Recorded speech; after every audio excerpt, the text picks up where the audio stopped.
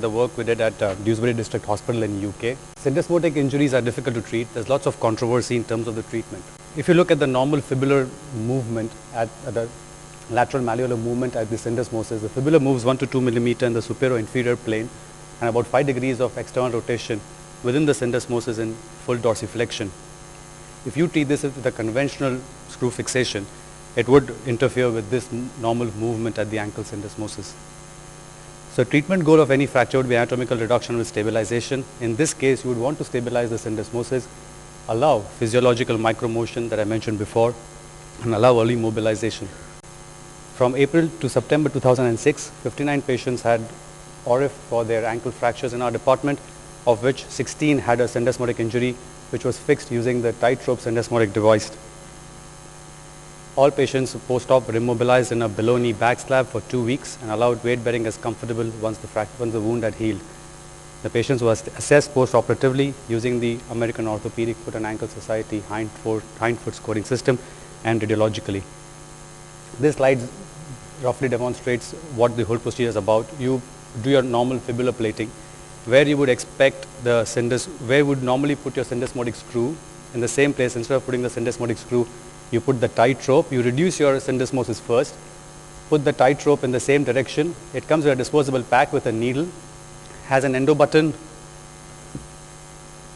here and has a disc on this side. So you thread the needle through the hole that you drill for your syndesmotic screw, pull the endo button out on the other side, flip it as you would do for an ACL, pull it back and then hand tie the knot on the disc. The care you have to take is to leave the knot about 1.5 centimeters long, as if you cut it short, the ends of the knot would cause wound problems, and we've had one of that. The average age of the patients in our study was 37 years with the mean follow-up was 24 months. The post-op American Orthopedic Foot and Ankle hind foot score was 86. Mean time to full weight bearing was 4.5 weeks. And 10 out of the 11 working patients returned to work within 8 weeks, 8.4 weeks. 2 patients had superficial wound infections, was treated with oral antibiotics. 1 patient had the tightrope removed due to irritation from the knot, and since then we've started cutting it about 1.5 centimeter long. There was no failure of fixation with the implant remaining intact despite early weight bearing. There are a few x-rays. That's how it looks.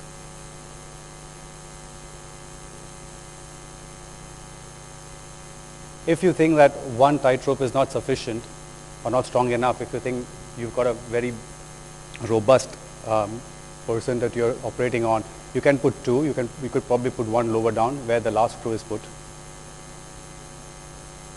So in this initial series, we think the results of tightrope fixation are promising with a very high patient satisfaction and satisfactory outcome.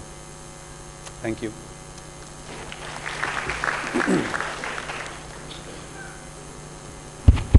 Thank you very much for a very nice lecture, and it's time for discussion. Welcome. Thank you. Thank you very much for the presentation. I have some experience with the tightrope technique in fixing or stabilizing syndesmosis injuries, and my question to you is, you mentioned that the fibula moves in rotation and superior inferior motion. Have you noticed any subsidence of the endo button over the fibula during the follow-up period, if there's any subsidence or loss of bone or osteolysis on your X-ray follow-up? Not really. We did the implant, as I said, you would look for whether the buttons, either the endo button or the disc is flying off from the bone. Please use a microphone. Which has not happened. As regards microphone, please. As regards subsidence, we've not seen it, and we've not particularly looked for sclerosis because we've never had that problem, so we've not kind of noticed it. But the implant has stayed intact during weight bearing, and we've not had any problems, so we can look at that when we review it again. Next question. Do you remove the rope? Do you remove the rope after some time? No, you leave it there. Yeah, you just let them walk. Yeah. Okay. I have one question. What is your post-operative protocol? The actual recommendation says you can make them weight bear, but we tend to put them in plaster for 2 weeks just to allow the soft tissues to settle and heal, and then let them weight bear as comfortable. Some patients take their own time. They probably, as I said, the mean follow-up was, I think mean time to weight bearing was around 4 weeks or something. But that's not because we've stopped them, it's that the patient itself and himself or herself is not comfortable putting full weight.